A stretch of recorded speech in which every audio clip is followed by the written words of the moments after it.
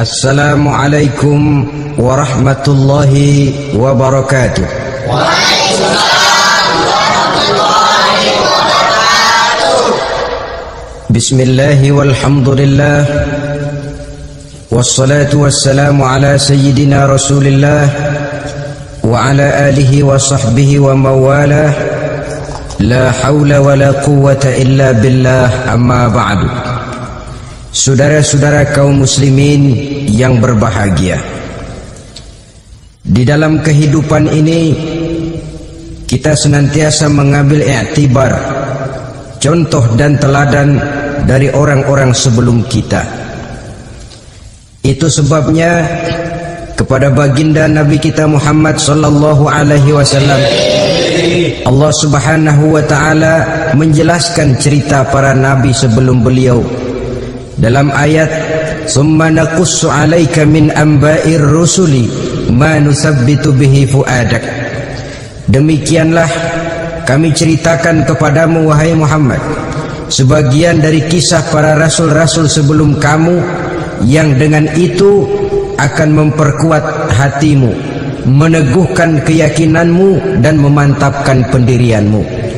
Inilah manfaatnya belajar dari sejarah. Jadi jangankan kita, baginda Nabi sendiri pun oleh Allah Subhanahu wa taala diceritakan sejarah para nabi sebelum beliau yang dimusuhi oleh umatnya, yang dicaci maki oleh kaumnya, yang terusir dari kampung halamannya, bahkan sampai ada yang terbunuh oleh umatnya. Itu seluruhnya merupakan i'tibar manusabbitu bihi fuadak, untuk memantapkan langkahmu, meneguhkan keyakinanmu dan menguatkan pendirianmu menghadapi perjuangan ini. Sehubungan dengan itu, pada pertemuan kali ini Al-Fakir ingin menyampaikan satu cuplikan kecil dari kehidupan seorang sahabat utama baginda Nabi, yaitu Sayyidina Umar ibn al-Khattab radhiyallahu anhu. Beliau adalah Umar bin Khattab bin Nufail bin Abdul Uzza dari suku Quraisy golongan Bani Adi. Perawakannya tinggi, kekar dan gagah, melambangkan sifatnya yang pemberani, tegas dan tidak pernah kenal takut kepada siapapun. Sebelum mendapat hidayah, Umar bin Khattab termasuk orang yang berdiri di barisan orang-orang yang memusuhi umat Islam. Ia terperangkap dalam tradisi jahiliyah di mana gemar berperang dan bermabuk-mabukan juga merupakan hal-hal yang pernah dilaksanakan dalam kehidupannya sebelum beliau masuk ke dalam agama Islam. Oleh karena itu, dalam kehidupan beragama, hidayah merupakan sesuatu yang penting. Bagaimanapun banyaknya dosa dan kesalahan yang telah dilakukan oleh seseorang, tidak seharusnya menyebabkan ia putus asa dari rahmah Allah. Sebaliknya, bagaimanapun banyak kebajikan dan kebaikan yang sudah dikerjakannya, tidak perlu membuat dia besar hati, puas, bangga, apalagi menjadi lalai karenanya. Sebab kita belum tahu akan bagaimana ujung perjalanan dari kehidupan kita ini. Saudara-saudara, kisahnya pun masuk Islam merupakan peristiwa yang menarik. Pada satu hari, dengan pedang terhunus, Umar bin Khattab menuju Darul Arqam, tempat di mana baginda Nabi biasa berkumpul dengan para sahabat. Melihat mukanya yang beringas, matanya yang nanar, orang sudah menyangka dan mengerti ini tentu akan terjadi pembunuhan.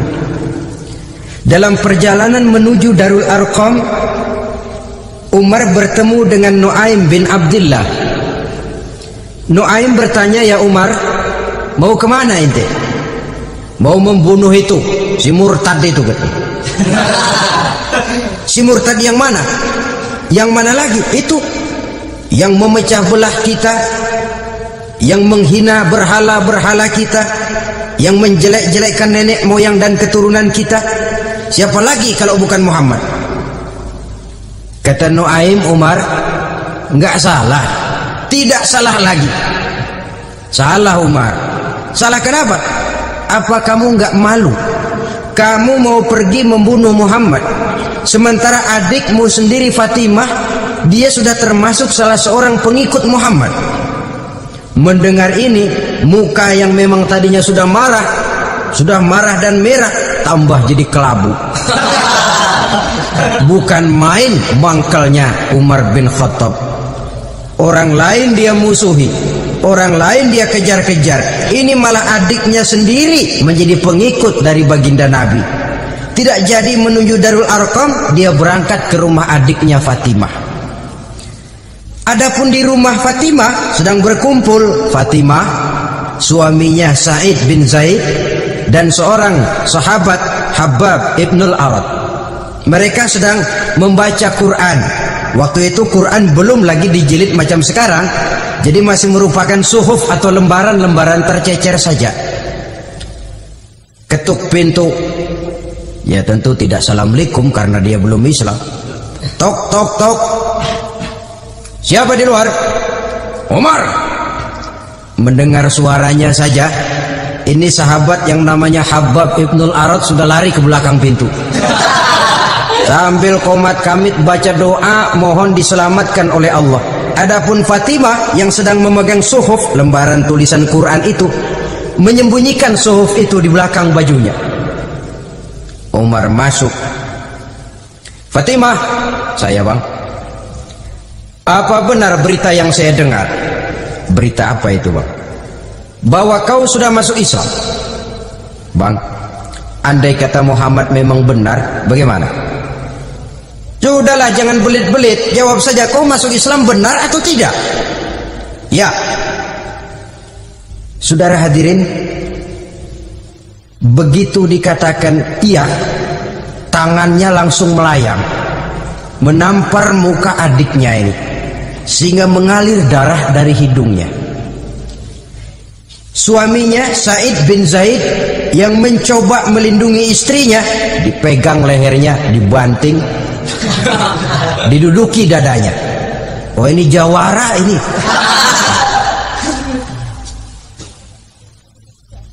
Namun pada saat sedemikian, suara kebenaran terpantul dari mulut Fatimah, adik dari Umar bin Khattab ini. Umar, apakah engkau memukul orang yang bersaksi bahwa tidak ada Tuhan melainkan Allah dan Muhammad Rasulullah? Apakah engkau menganiaya seseorang yang terpanggil untuk mengikuti kebenaran? Manusia macam apa engkau Umar? Saudara, memang dia orang keras, tapi hatinya mudah menerima kebenaran. Sehingga mendengar kalimat adiknya ini tercenung dia sejenak, melongo, bengong kata anak sekarang. Ini kalau tidak karena keyakinan yang mantap, tidak mungkin orang ini, anak adik saya ini bicara macam begini. Umar, mengapa engkau memukul orang yang bersaksi bahwa tidak ada Tuhan melainkan Allah dan Muhammad Rasulullah? Mengapa engkau pukul orang yang mengikuti kebenaran, menerima hidayah dari Allah? Begitu yakin dan mantapnya, walaupun di tengah satu hal yang sangat menakutkan. Siapa yang tidak takut orang Quraisy berhadapan dengan Umar bin Khattab yang dikenal sebagai singa padang pasir pada waktu itu? Malahan dia termasuk salah seorang jagoan. Di tradisi masyarakat jahiliyah itu ada satu pasar yang namanya pasar Ukaz. Tiap tahun di pasar itu diadakan pesta. Pertama pertandingan syair, jadi penyair waktu itu jadi kebanggaan. Syair-syair yang menang itu digantung di dinding Ka'bah. Jadi setiap suku akan bangga kalau mempunyai ahli syair yang hebat. Nah, lalu diadakan juga lah perlombaan balap kuda, memanah, termasuk gulat. Lah Umar ini tiap kali pertarungan mesti menang. Belum pernah ada yang berhasil mengalahkan dia. Jawara. Saudara-saudara, mendengar adiknya begitu mantap hatinya, apalagi ketika adiknya berkata begitu, suhuf, lembaran yang disembunyikan di belakang bajunya tersembul. Apa yang kau sembunyikan di balik bajumu itu? Suhuf. Apa suhuf itu? Lembaran Al-Quran. Coba saya lihat. Enggak boleh. Kenapa? Kamu kotor. Orang kotor tidak boleh megang Quran. Saya mau lihat. Enggak boleh. Kalau kamu mau lihat, mandi dulu. Diturutinya permintaan adiknya itu. Lalu diambilnya suhuf tadi, dia baca. Kebetulan ayat yang dibacanya ayat pertama dari surah Toha yang berlanjut dengan ayat 14 pada surah yang sama. Dia baca, Bismillahirrahmanirrahim. Toha ma anzalna ilaikal qur'ana litasqa illa tazkiratan liman yakhsha. Toha, tidaklah aku turunkan Al-Quran ini untuk bikin sukar manusia, melainkan merupakan pengingat bagi orang-orang yang takut kepada Allah. Lalu pada ayat ke-14, Innani anallahu la ilaha illa ana fa'budni. Sesungguhnya akulah Allah, tidak ada Tuhan melainkan aku, maka hendaknya hanya kepadakulah kamu menyembah. Wa aqimis sholata li dzikri, dirikanlah salat untuk mengingat aku. Innas sa'ata atiyatun akadu ukhfiha litujza kullu nafsin ma tas'a. Sesungguhnya kiamat itu pasti akan datang, yang sengaja waktunya kami tidak beritahukan kepada kamu semua, untuk kami balas segala setiap orang tentang apa saja yang telah mereka lakukan dalam kehidupan di dunia ini. Setelah membaca ayat ini, gemetar tangannya. Ini sih nggak main-main ini. Ini belum pernah saya baca ajaran semacam ini. Tidak patut orang yang mempunyai kitab suci semacam ini dimusuhi. Ini sesuatu yang benar. Tergetar jiwanya. Hei Fatimah, Muhammad di mana Muhammad? Saya tidak akan memberitahu kepada kamu. Di mana? Saya tidak akan memberitahu. Lebih baik kau bunuh saya kalau memang maksudmu mau mencelakakan Muhammad. Sama sekali saya tidak akan mencelakakan dia, Fatimah. Kasih tahu saja, di mana dia? Darul Arqam. Bergegas dia menuju Darul Arqam. Di dalam Nabi memang sedang kumpul dengan para sahabat, termasuk ada Sayyidina Hamzah yang juga terkenal jawara juga. Ketuk pintu. Ketuk pintu. Siapa di luar? Umar. Di dalam ini geger sebagian sahabat. Umar datang ini pasti bencana. Umar datang, wah, kalau istilah kampung, kerok dan urusan. Tapi baginda Nabi menenangkan mereka. Tenang, mudah-mudahan ada hikmahnya. Sayyidina Hamzah tampil, bukakan dia pintu. Kalau niatnya baik, kita terima. Kalau niatnya tidak baik, saya paling depan. Dibukakan pintu. Begitu dibukakan pintu, Umar masuk merangkul baginda Nabi, kemudian dengan tersendat, asyhadu an la ilaha illallah wa asyhadu annaka ya Muhammad Rasulullah.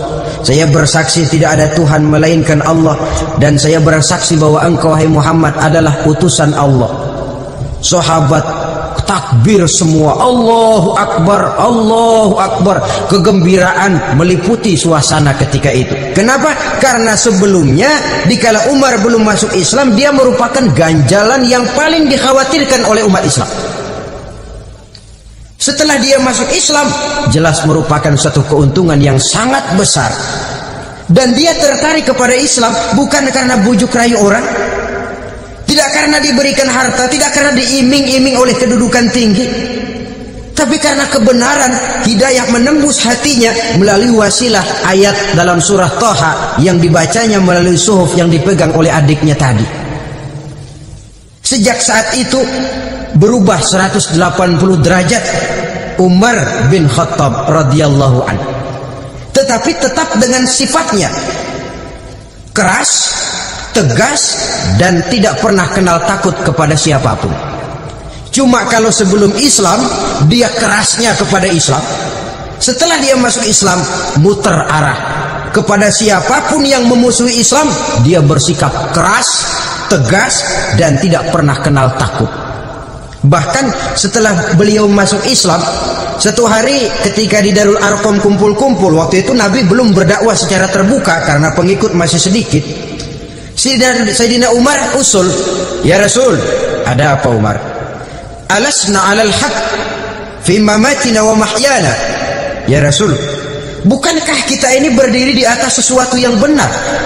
Bukankah mati kita, hidup kita untuk melaksanakan sesuatu yang benar? Bala ya Umar, betul Umar. Wallazi nafsi biyadih, innakum la'ala al-haq in muttum wa in hiyitum. Demi Allah Umar, kata Nabi, sesungguhnya kamu dan kita semua berdiri di atas kebenaran, hidup ataupun mati. Setelah mendapat jawaban begini, Umar masuk kepada tujuan pembicaraannya. Izan ya Rasul, fafimal ihtifaq. Kalau memang begitu ya Rasul, kalau memang kita yakin kita berdiri di atas kebenaran, kita hidup karena kebenaran, kita mati pun memperjuangkan kebenaran, fafimal ihtifaq. Kenapa mesti ngumpet-ngumpet? Kenapa harus sembunyi-sembunyi? Wallazi ba'asaka bil haqq, demi Allah ya Rasul, la takhrujanna wa la nakhrujanna ma'ak.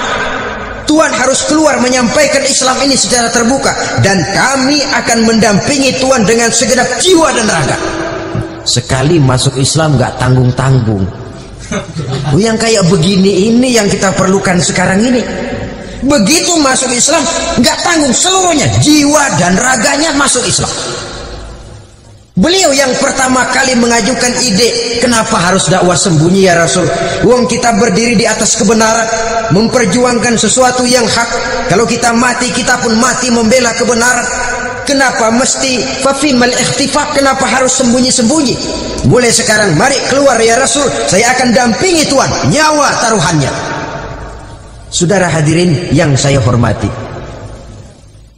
selalu dia tempat-tempat yang pernah dia melaksanakan maksiat sebelum dia Islam, selalu dia kunjungi, sampai dia berkata, tidak ada tempat yang pernah saya melakukan kesalahan sebelum saya Islam yang harus saya tutupi dengan kebajikan setelah saya Islam sekarang ini. Bahkan ada satu riwayat menjelaskan beliau itu yang tinggi badannya, kekar perawakannya, gemetar orang ngadepin dia. Tapi beliau sendiri sangat mudah gemetar kalau sudah mendengar ayat-ayat Allah. Sehingga ada satu riwayat menjelaskan Sayyidina Umar itu setelah masuk Islam, kalau sholat kadang-kadang bila menoleh ke kanan beliau senyum, bila menoleh ke kiri beliau menangis berurai air mata. Ada orang bertanya, ya Umar, kenapa menengok ke kanan kau senyum, ke kiri kau menangis? Itulah kalau saya ingat jahilnya saya sebelum Islam. Adapun bila saya menoleh ke arah sebelah kanan saya tersenyum, teringat betapa dulu saya membuat berhala dari korma.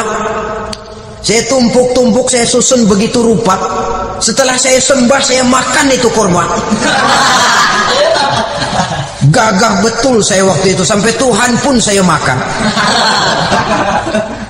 Adapun kalau saya menoleh ke kiri, teringat putri kesayangan saya yang terbawa oleh tradisi jahiliyah, takut menanggung aib, merasa malu mempunyai anak perempuan, sampai dia terkubur hidup-hidup. Berurai air mata saya mengingat semua itu. Padahal Nabi sudah memberikan jaminan. Sebab saudara jangan lupa, orang kafir masuk Islam, dalam Islam itu dihitung dari bayi lagi, dari nol. Itulah untungnya.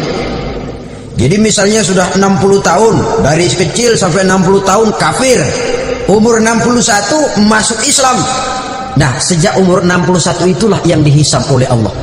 60 tahun ke bawah gratis bersih pemutihan. Istimewa betul.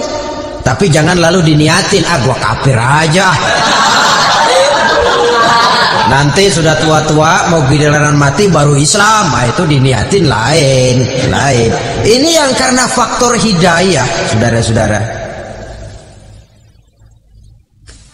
Nah, cintanya kepada baginda Nabi luar biasa. Dalam setiap pertempuran beliau selalu di front terdepan. Bahkan demikian cintanya sampai ketika hari di mana baginda Nabi wafat, saudara-saudara. Disampaikan berita wafat Nabi kepada Umar ini. Ya Umar, baginda Nabi sudah wafat. Kamu ngomong apa? Baginda Nabi sudah wafat. Bukan sedih, nyabut pedang, keluar matanya melotot. Siapa yang bilang Muhammad mati, saya tabas batang lehernya. Begitu cintanya beliau kepada baginda Nabi, sampai-sampai nggak menerima kalau Nabi wafat. Taruhlah nggak bisa mati bersamaan, bolehlah mati beriring-iring saja barangkali maksudnya. Saudara-saudara, cabut pedang, kelayaban kemana-mana. Ayo, siapa ngomong Muhammad mati, saya tebas batang lehernya. Sampai bertemu dengan Sayyidina Umar, Sayyidina Abu Bakar. Di tempat orang banyak, Sayyidina Abu Bakar yang bijaksana ini pidato. Ayuhan nas, man kana ya'budu Muhammadan fa inna Muhammadan qad mata, wa man kana ya'budu Allah fa inna Allah hayyun la yamut. Wahai manusia, barang siapa yang menyembah Muhammad, maka Muhammad sudah mati. Tetapi barang siapa yang menyembah Allah, Allah akan hidup selamanya dan tidak akan pernah mati. Mendengar pidato ini, Sayyidina Umar sadar bahwa sebenarnya yang tidak bisa mati itu cuma Allah. Bagaimanapun agungnya baginda Nabi, besarnya baginda Nabi, tinggi akhlak budi pekertinya Nabi, cintanya beliau kepada Nabi, toh Nabi manusia dan manusia harus mati. Kemudian dibacakan surah Ali Imran ayat 144. Wa ma Muhammadun illa rasul qad khalat min qablihi rusul afa immata aw qutilan qalabtum ala aqabikum. Muhammad tidak lain daripada manusia, telah datang kepadanya rasul, apakah jika ia mati engkau kembali menjadi murtad atau mundur ke belakang? Mendengar ayat ini dibacakan, Sayyidina Umar sadar, berurai air matanya, menangis dalam kesedihannya. Ini cintanya yang demikian tinggi kepada baginda Rasulullah sallallahu alaihi wasallam. Begitulah seluruh kesalahan yang dia lakukan pada saat sebelum dia masuk Islam, berusaha dia tutupi dan dia tebus dengan segala kebaikan, pengabdian, perbuatan soleh setelah dia masuk Islam. Sehingga diajarkan oleh baginda Nabi, ittaqillaha haitsu ma kunta wa atbi'i sayyi'atal hasanata tamhuha wa khaliqin nasa bi khuluqin hasanin. Bertakwalah kamu kepada Allah, kata Nabi, dimanapun saja kamu berada. Jadi takwa tidak kenal tempat. Dimanapun saja kamu berada, bertakwalah kepada Allah. Di rumah takwa, di pasar takwa, di kantor takwa, di tengah orang banyak takwa, pada waktu sendirian takwa. Ittaqillaha haitsu ma kunta. Bertakwalah kau kepada Allah dimanapun saja kamu berada. Jangan takwa pakai tempat. Di masjid takwa, di kantor nyolong. Itu tidak haitsu ma kunta. Yang diajarkan oleh Nabi, dimanapun kamu berada, bertakwalah kepada Allah. Wa atbi'i sayyi'atal hasanah tamhuha. Dan iringi perbuatanmu yang salah dengan kebaikan. Jadi kalau satu saat terselip kita berbuat salah, cepat iringi dengan kebaikan, tamhuha, dengan harapan kebaikan yang kita kerjakan akan menutupi dosa yang terselip kita lakukan. Amin. Ngomongin orang, astagfirullahaladzim, banyak istighfar. Istighfarnya mudah-mudahan bisa nutupin dosa karena ngomongin orang. Tapi jangan lalu tambah sulap, ngomongin orang istighfar, terus ngomongin lagi istighfar lagi. Itu tentu tidak bisa dengan cara begitu. Barangkali terselip pernah mengambil harta orang tanpa alasan yang hak, imbangi dengan rajin sedekah misalnya. Barangkali pernah menyakiti hati orang, imbangi dengan perbuatan yang bisa menyenangkan hati orang lain. Itu namanya mengiringi perbuatan yang bersifat salah dengan kebajikan. Ini yang dilakukan oleh Sayyidina Umar. Setiap pelosok hampir dia datangi, tempat-tempat di mana dia pernah melakukan kesalahan sebelum Islam, di sana dia tegakkan kebajikan dan kebaikan. Kegagahannya, keperkasaannya, keberaniannya sepenuhnya bulat-bulat sudah diwakafkan untuk kepentingan Islam. Saudara hadirin yang saya hormati, diperlukan orang-orang yang punya keberanian macam Sayyidina Umar. Berani karena panggilan hidayah, bukan berani babi. Babi berani juga, babi cuman nyeruduk. Artinya berani yang tanpa pertimbangan. Berani yang tanpa pertimbangan pada akhirnya akan menyulitkan kita sendiri. Beliau gagah, beliau berani, beliau punya kekuatan, beliau punya wewenang, dan itu dimanfaatkannya untuk menjadi backing baginda Nabi kita Muhammad sallallahu alaihi wasallam. La takhrujanna wa la nakhrujanna ma'ak ya Rasul. Ya Rasul, keluar, sampaikan dakwah secara terbuka. Saya akan mendampingi Tuhan. Jika ada yang ganggu Tuhan, saya paling depan. Backing yang mendampingi Rasul untuk menyampaikan risalah Islamiyah ini. Saudara hadirin yang saya hormati, wa khaliqin nasa bi khuluqin hasanin, kata Nabi, dan pergaulilah manusia dengan akhlak yang baik, karena dengan ini kau bisa mengambil hati orang. Dalam hadis lain katakan, innakum la tas'una an-nasa bi amwalikum walakin yasauhum minkum bastul wajhi wa husnul khuluq. Kamu tidak akan bisa menyenangkan orang banyak dengan hartamu, tapi kamu bisa ambil hati mereka dengan budi pekerti yang luhur dan muka yang manis. Dengan harta belum tentu kita bisa menyenangkan semua orang, tapi budi pekerti yang luhur, muka yang manis, itu yang akan bisa membuat kau menyenangkan orang banyak. Setelah baginda Rasul wafat, pernah ketika berkumpul, Sayyidina Abu Bakar berkata kepada Sayyidina Umar, ya Umar, saya baiat kamu untuk menjadi khalifah. Jawab beliau, sayalah yang akan membaiat Tuhan. Tapi anda lebih utama dari saya Umar. Keutamaan saya akan saya berikan kepada Tuhan untuk mendukung kekhalifahan Tuhan.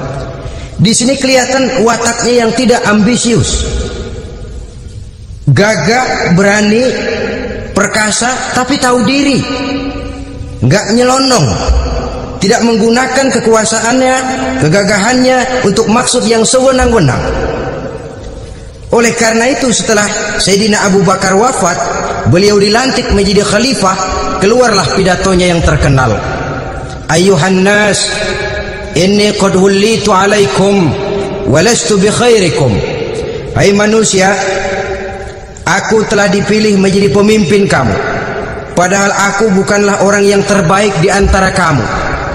Kalau tidaklah karena aku melihat keutamaan, keteguhan yang dapat melindungi kalian, berat rasanya aku memikul amanah ini. Sebab apa? Alangkah beratnya menunggu datangnya perhitungan di akhirat nanti terhadap Umar. Ini yang jadi motifnya memegang jabatan khalifah. Sungguh berat bagi Umar menunggu datangnya saat perhitungan, sehingga seolah-olah kalau bisa lah jadi Umar bin Khattab saja, jangan jadi khalifah kalau bisa. Tapi moya umat sudah kadang memilih.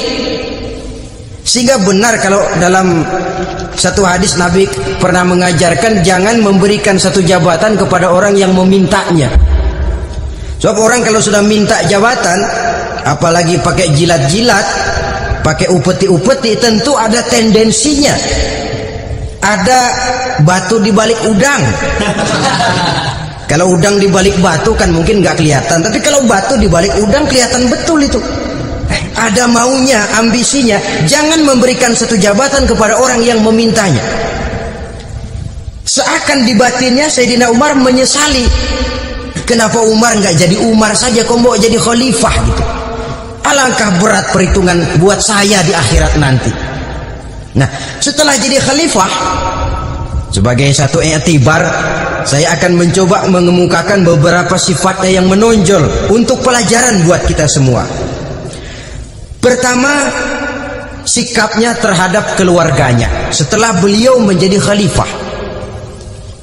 Kedudukan sebagai keluarga Umar bin Khattab bukan merupakan kedudukan istimewa. Itu ditanamkan betul kepada keluarganya.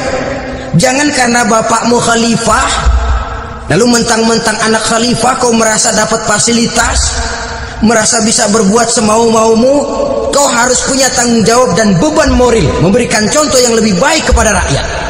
Ini yang ditekankan kepada keluarganya.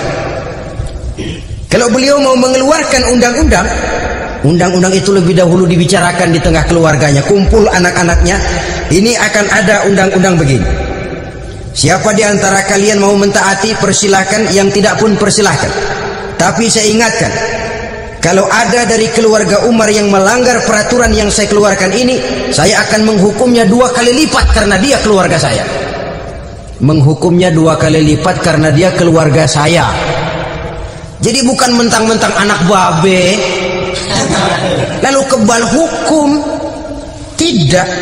Siapa yang di antara kalian melanggar peraturan ini, akan aku kenakan hukuman 2 kali lipat karena dia keluargaku. Nah, saudara hadirin yang saya hormati, lalu berwibawa, dijaga betul keluarganya. Suatu hari beliau datang ke rumah putranya Abdullah bin Umar. Ketika masuk, dilihatnya Abdullah bin Umar sedang makan daging. Merah muka Umar. Mentang-mentang anak khalifah ya, mentang-mentang anak Amirul Mukminin ya, kamu makan daging. Lihat tuh, rakyat kita masih banyak yang kelaparan, makan daging, makan roti keras. Padahal itu halal, sesuatu yang diperoleh dengan usahanya sendiri. Tetapi begitu hati-hatinya Umar untuk menjaga pandangan orang. Keluarga khalifah merupakan beban moral sebab akan dijadikan contoh oleh rakyatnya. Mentang-mentang anak khalifah ya, makan daging. Lihat tuh rakyat, roti keras digarotin. Lain saat beliau pergi ke satu pasar, di situ dilihat ada sapi gemuk-gemuk. Tempat lain sapinya kurus-kurus. Tanya, ini yang gemuk-gemuk sapi siapa? Sapi Abdullah bin Umar, sapi anaknya. Panggil Abdullah bin Umar, suruh sini. Datang anaknya. Abdullah bin Umar, bagaimana ceritanya sampai ini? Begini Bapak, dahulu itu dengan uang saya beli sapi kurus-kurus, lalu saya rawat, saya berikan upah orang untuk merawat sapi-sapi itu sampai sekarang dia menjadi gemuk. Akan saya jual dan keuntungannya tentu sesuatu yang halal. Subhanallah, kata Umar, kau ini anak Amirul Mukminin, jual sapimu, ambil modalnya, untungnya masukkan Baitul Mal untuk urus kepentingan orang Islam. Dia nggak mau anaknya terlibat bisnis dompleng kekuasaan ayahnya. Karena mentang-mentang anak khalifah lalu segala macam bisnis lancar. Orang takut karena apa? Anak babe. Ada lagi, pada waktu pembagian harta ghanimah, putri beliau yang namanya Hafsah, ini adalah istri baginda Nabi, meminta bagian. Kaum kerabat ayah, ini kerabat khalifah, kitalah dulu kerabat. Kalau kau kerabatku, maka jatahmu nanti dari ayahmu. Harta ini masih lebih banyak dibutuhkan oleh orang-orang Islam.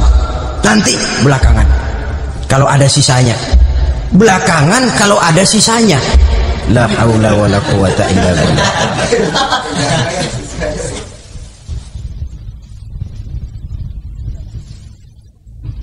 Saudara hadirin, itu terhadap keluarganya. Kemudian apa sifat-sifat yang menonjol dari kepemimpinannya? Pertama, kesederhanaannya. Beliaulah satu-satunya khalifah Amirul Mukminin, setingkat presiden kalau sekarang, yang punya jubah cuma 2 dan 1 pun punya anaknya. Tambelan lagi.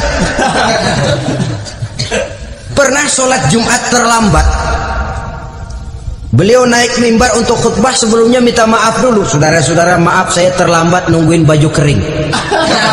Seorang khalifah nungguin baju kering, sederhana dalam kehidupannya. Mari kita ambil satu cerita lagi. Pada waktu beliau jadi khalifah, yang diangkat jadi gubernur di Mesir adalah Amr bin As. Amr bin As hidupnya lebih mirip kaisar. Istananya besar, pakaiannya bagus-bagus.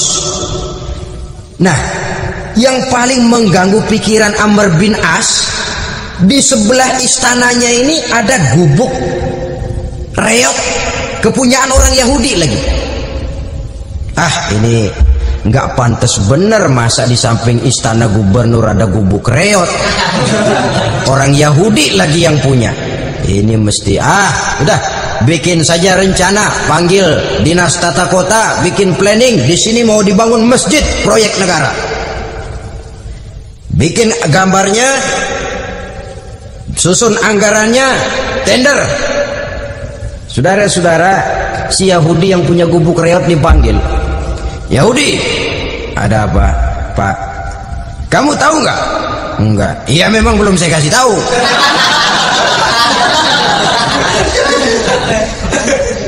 Ada apa, Pak? Itu kamu punya gubuk, tahu, kena proyek. Proyek apa, Pak? Kami mau bangun masjid besar di situ, dan tidak sesuai ada gubuk reot di samping tempat gubernur. Jadi maksud Bapak, gubukmu, tanah-tanahnya mau saya bebaskan, saya beli? Enggak mau, Pak, saya enggak mau jual. Saya bayar 2 kali lipat. Enggak mau. 3 kali lipat, 6 kali lipat juga enggak mau, Pak. Saya dari muda peres keringat banting tulang cuma segitu-gitunya, Pak, tempat saya tinggal. Gubuk reot sama tanahnya sedikit, makmur saya, Pak, cuma rumah sama sumur.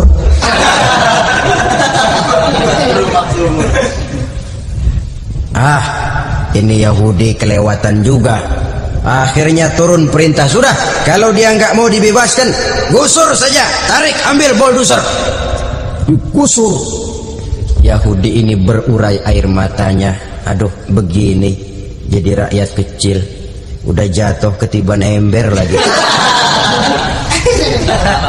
Tapi pikir-pikir Amr bin As kan bukan yang paling atas, dia kan cuma pejabat, masih ada atasannya lagi. Lapor, lapor. Yahudi ini berangkat ke Madinah. Bayangkan dari Mesir ke Madinah, jalan. Di sepanjang jalan dia berpikir, membanding-banding. Kalau gubernurnya saja istananya begitu mewah, apalagi khalifahnya. Kalau gubernurnya galak main gusur, apalagi khalifahnya. Dan saya bukan orang Islam, apa dia lemin ngadu? Apa dapat tanggapan? Berangkat dia sambil harap-harap cemas.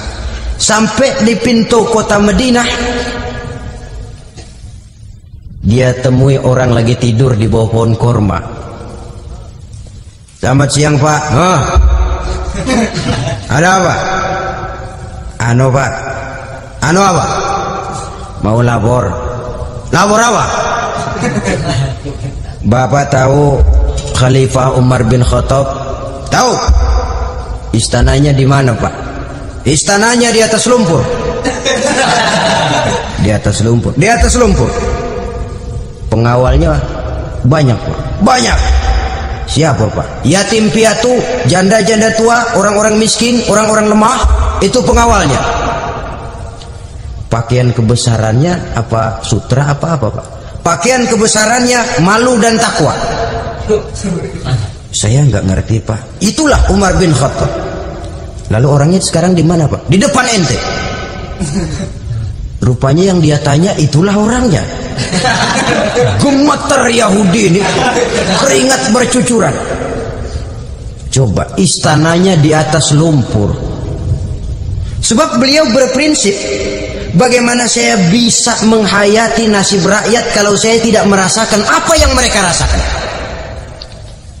Bagaimana saya nggak bisa tahu sakitnya lapar kalau saya belum pernah kelaparan? Itu prinsipnya. Istananya di atas lumpur. Para pengawalnya yatim piatu, janda-janda tua, orang-orang miskin, orang-orang lemah dan tidak mampu. Dan pakaian kebesarannya malu dan takwa. Kamu dari mana? Dari Mesir, Pak.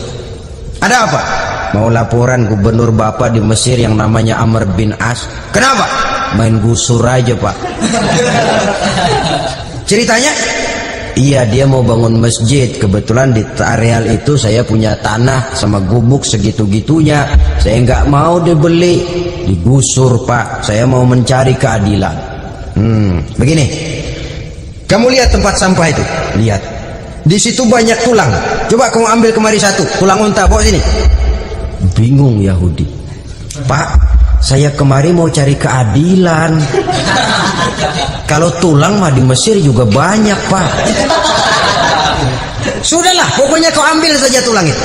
Dicoker-coker, dapat, dikasih. Tulang itu digaris lurus oleh Sayyidina Umar dengan ujung pedang. Red. Nah, nih, kau bawa kepada Amr bin As. Makin bingung itu Yahudi. Suruh bawa tulang cuman digaris. Nanti saya ngomong apa, Pak? Sudahlah, kasih saja. Pulang dia. Sampai di Mesir, Tuan Gubernur, ada apa? Saya baru menghadap khalifah. Kemudian beliau sampaikan ini, dikasih tulang.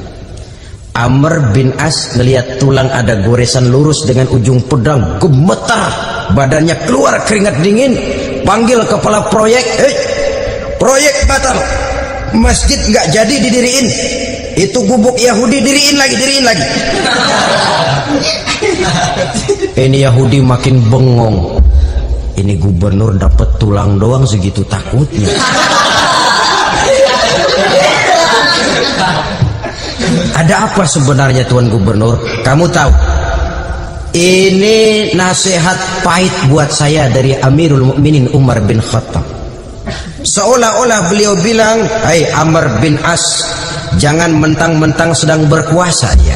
Pada suatu saat kau akan jadi tulang-tulang kayak begini. Maka mumpung kamu masih hidup dan berkuasa, berlaku lurus dan adillah kamu seperti lurusnya garis di atas tulang ini. Red. Lurus, adil, jangan bengkok. Sebab kalau kamu bengkok, nanti aku yang luruskan pakai pedangku." Siapa yang nggak ngeper digituin? Sampai akhirnya apa? Kata si Yahudi, "Pak, kalau begitu Islam adil ya." Adil. Kalau gitu biarin dah, Pak. Tanah saya mau kamu jual? Bukan saya jual, Pak, saya kasih aja dah.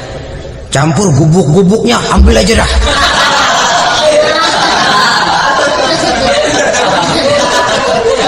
Masuk Islam si Yahudi ini oleh karena keadilan dari Umar bin Khattab. Begitulah kesederhanaan hidupnya. Sampai saudara, yang ironi betul, pernah Utsman bin Affan, Ali bin Abi Thalib, Thalhah dan Zubair kumpul mendengar berita bahwa Sayyidina Umar ini punya hutang. Bayangkan, seorang khalifah untuk melangsungkan hidupnya sampai punya hutang. Padahal Baitul Mal di bawah kekuasaannya. Berunding Utsman, Ali, Thalhah, Zubair.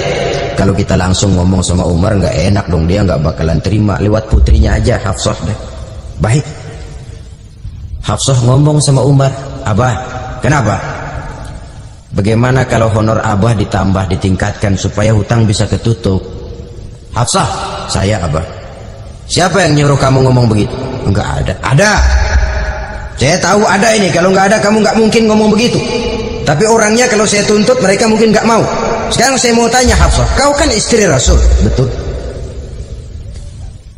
"Nah, saya mau tanya, suamimu makanannya apa? Daging?" "Bukan." "Roti." "Tempat tidurnya kasur empuk?" "Bukan." "Kain kasar yang kalau musim panas kami bentangkan, kalau musim dingin separuh buat tidur, separuh buat selimut." "Pakaian yang dibelikan untukmu berapa banyaknya?" "Cuma 2. Nah, itu guru saya, orang yang paling saya cintai, dan itu yang saya ikuti. Bahkan setelah beliau wafat, Sayyidina Umar ini hutangnya ditanggungkan kepada anaknya Abdullah bin Umar, dan itu pun dilunasi dengan menjual rumahnya, sehingga rumahnya itu disebut Darul Qadha, rumah bayar hutang. Begitu kesederhanaannya.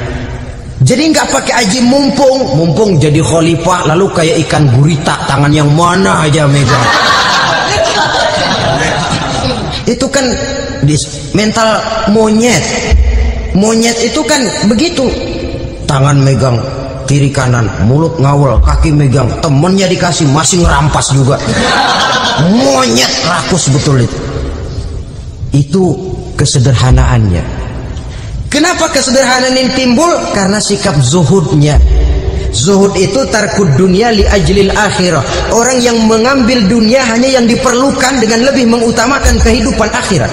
Watak zuhudnya yang sangat menonjol. Dialah pahlawan yang paling berani di medan perang. Dialah imam yang paling khusyuk di masjid. Dan tidak jarang kalau sholat sendiri, begitu membaca ayat yang menceritakan neraka, nangis berurai air matanya. Saudara hadirin ma'asyiral muslimin rahimakumullah. Jadi kesederhanaan dan kezuhudan ini bukan lewat teori disampaikan oleh Umar, bukan lewat penataran seluruh aparat, tidak, lewat contoh konkret. Inilah saya, contoh sederhana dan zuhud. Bagaimana saya akan bisa merasakan penderitaan rakyat kalau saya sendiri tidak pernah menderita? Bagaimana saya akan tahu sakitnya lapar kalau saya belum pernah kelaparan? Maka tanpa penataran, tanpa upgrading segala macam, berhasil karena prinsip keteladanan. Beliau jadi contoh utama.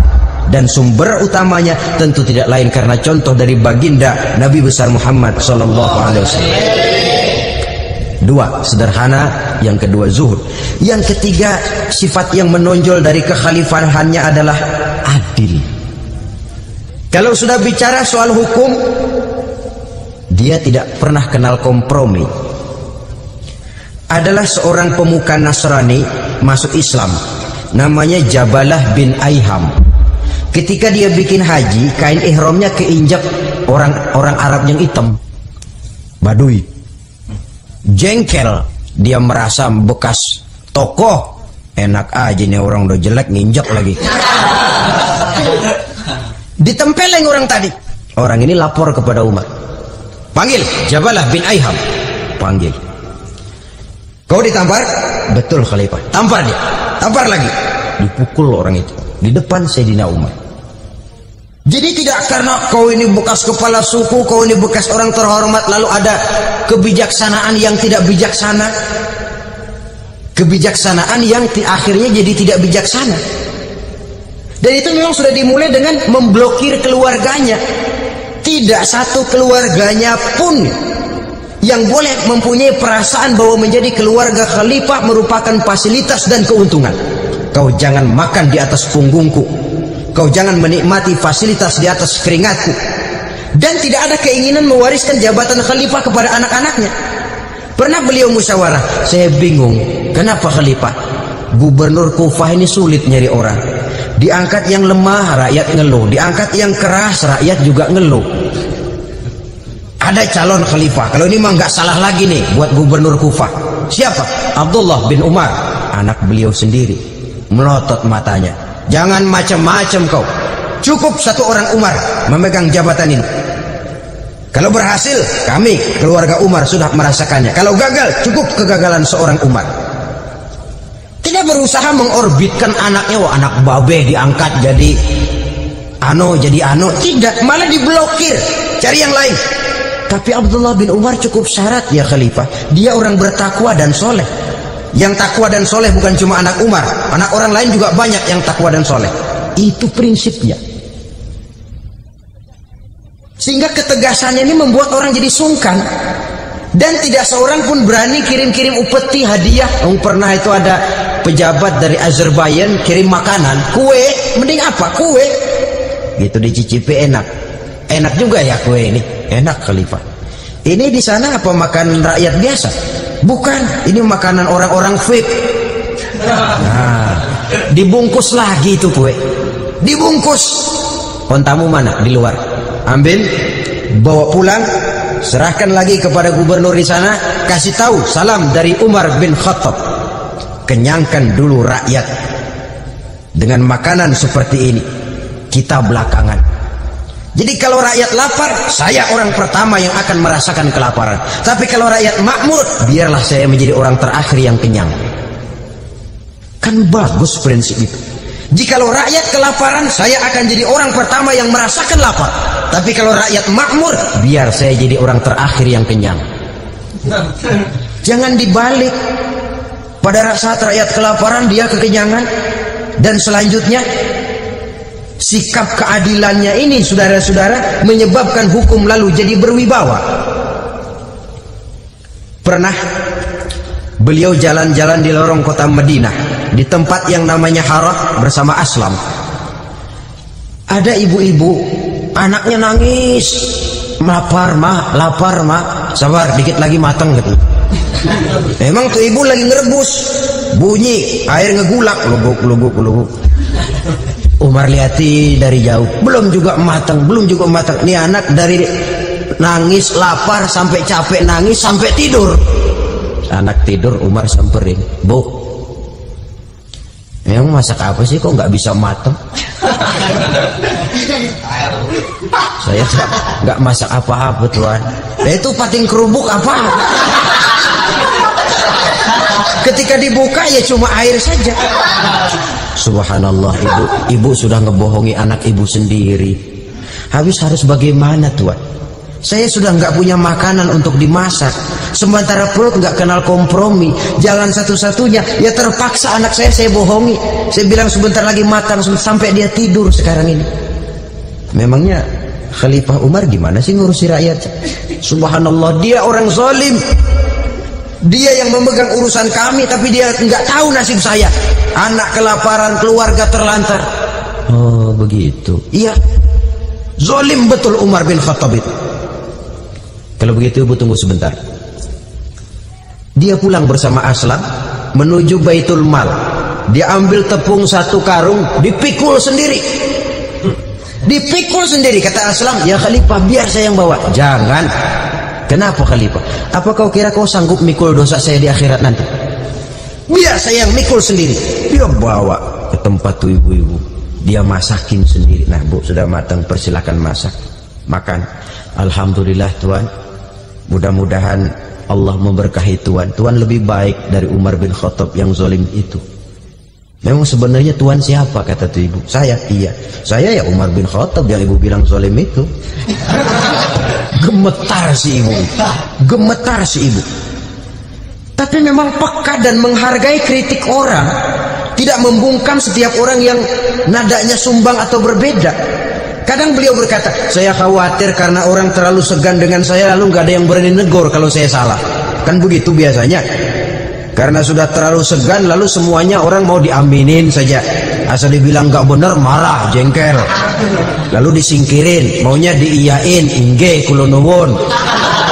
Oke bos. Beliau bilang, saya khawatir kalau tidak ada orang yang mau menegur kesalahan saya jika saya terlanjur nanti. Tahu-tahu muncul orang, demi Allah, saya akan menegur Tuan dengan pedang saya ini. Cerah mukanya, senyum bibirnya, alhamdulillah. Anak muda, saya memerlukan orang macam kau, yang berani berkata ya terhadap yang benar dan tidak terhadap yang tidak benar, apa dan bagaimanapun resikonya. Di sini kelihatan sikap beliau menghadapi orang yang berbeda pendapat. Keadilan, keberanian dan ketegasan, cepat menerima kebenaran merupakan serentetan dari sifat-sifat utama beliau sejak masuk Islam sampai menjadi khalifah yang kedua. Bahkan dengan jasa beliau, Islam kemudian tersebar menembus dinding Jazirah Arabia, memasuki Bizantium dan Persia, sehingga beliau juga dikenal sebagai periode Al-Futuhat Al-Islamiyah.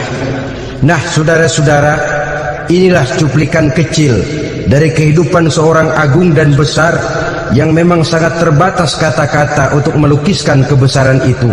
Namun yang secuplik ini mudah-mudahan menjadi sumbangan moral dalam rangka kita memperbaiki diri menuju kehidupan yang lebih baik. Terima kasih banyak atas segala perhatian. Mohon maaf atas segala kekurangan. Usikum wa nafsi bitaqwallah. Wassalamualaikum warahmatullahi wabarakatuh.